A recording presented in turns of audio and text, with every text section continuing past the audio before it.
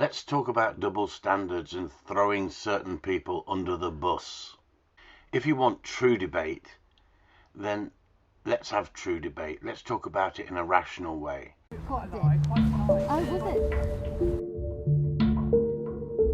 Working dogs are a vital part of any shoot day.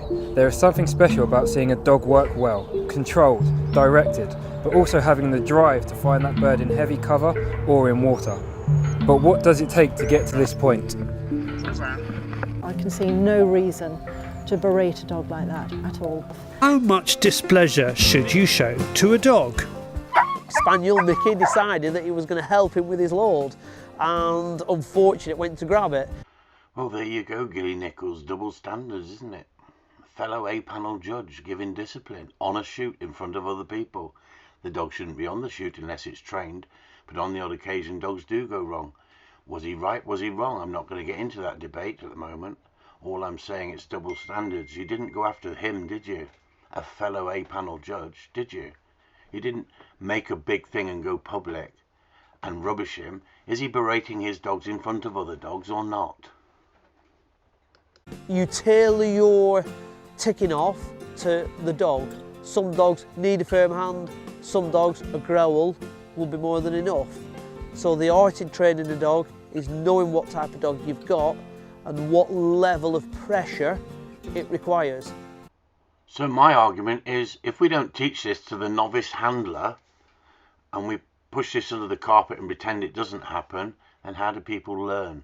That's why I put my videos up on the internet. Too much pressure and you'll get the dog worried. Not enough pressure and you're always ticking the dog off. Yet another true statement from Ricky. It's a shame Gilly has never tried it. How does she know it works if she's never tried it?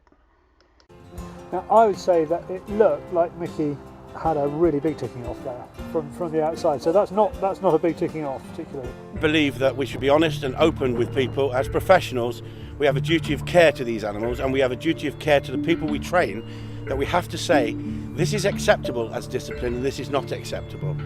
Christopher Upton has been a dog trainer for more than 30 years. I've had other people then sharing it, saying this bloke beats dog. They've never met me at a trial. It's against the regulations to punish a dog at a trial. What are these people talking about? They're idiots. And they're in Surrey, but they train pets. And they don't just train gun dogs, they train pets. I'm a gun dog specialist, but I could train pets in my sleep. Christopher has a YouTube channel where he's uploaded hundreds of videos showing how he trains his many dogs. This film from his channel shows a spaniel sitting obediently as birds fall dead around it, and then Christopher sends it in after one bird that has landed in water.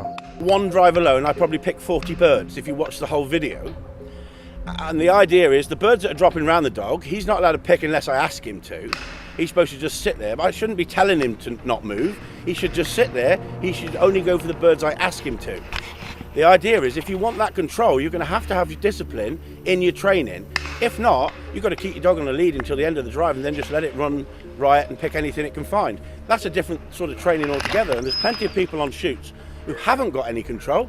I don't knock them people. It's down to each person's preference. But I come from the competition world where the standard has to be high, and I've realised over the years that you don't need to regimentally train a dog.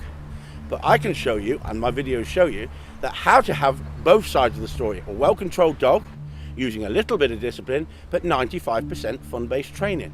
When disciplining his gun dogs, Christopher uses methods that others do not agree with.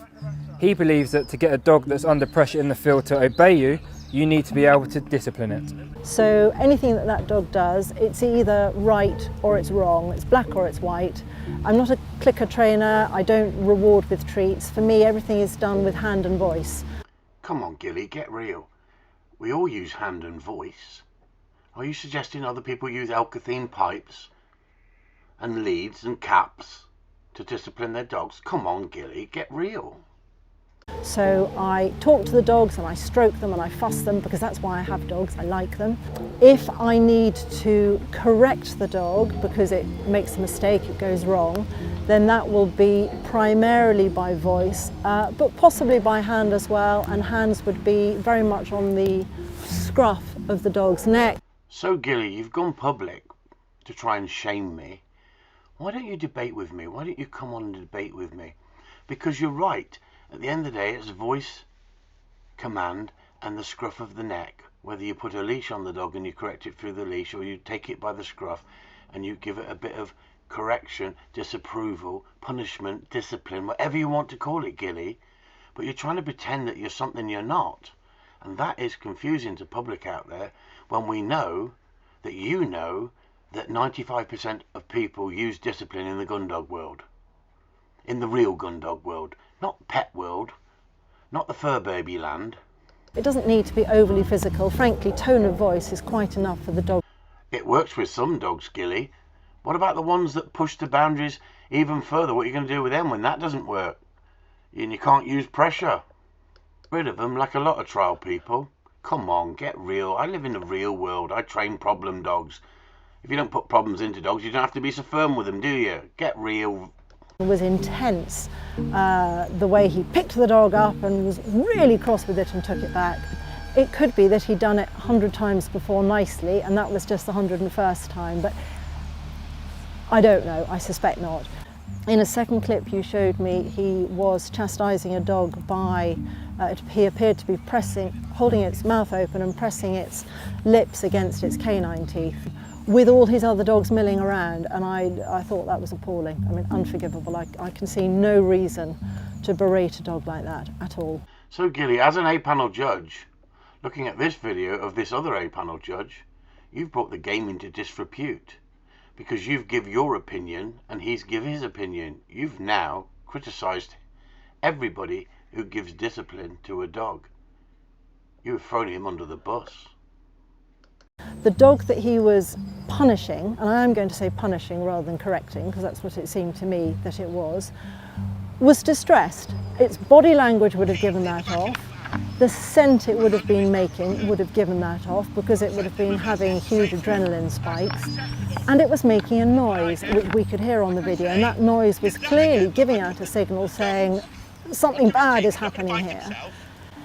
It's wrong, it's not understanding how dogs work. You were in a new job and you weren't quite sure what to do. Would you like your boss to explain to you what he wanted, or would you like him to pick you up by your hair and throw you across the office? And if you think the latter's the way that would work, maybe don't get a dog. I use correction. I use the flat of my hand on the base of the backside right at the bottom of the tail. I pick a dog up by the scruff, I place it back on the spot, I use discipline. But discipline is completely different to cruelty.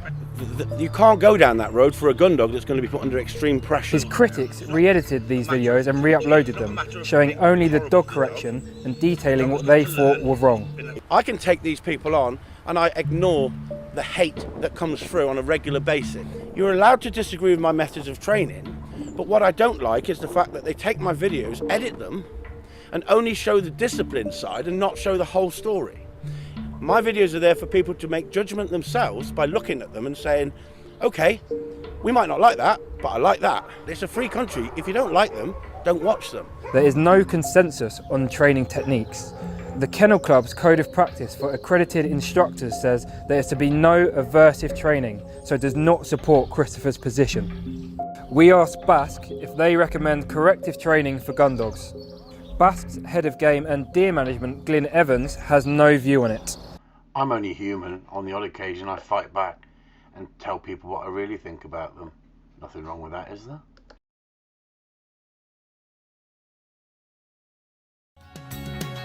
Smack them or give them a doggy treat. We look at controversial gun dog training techniques.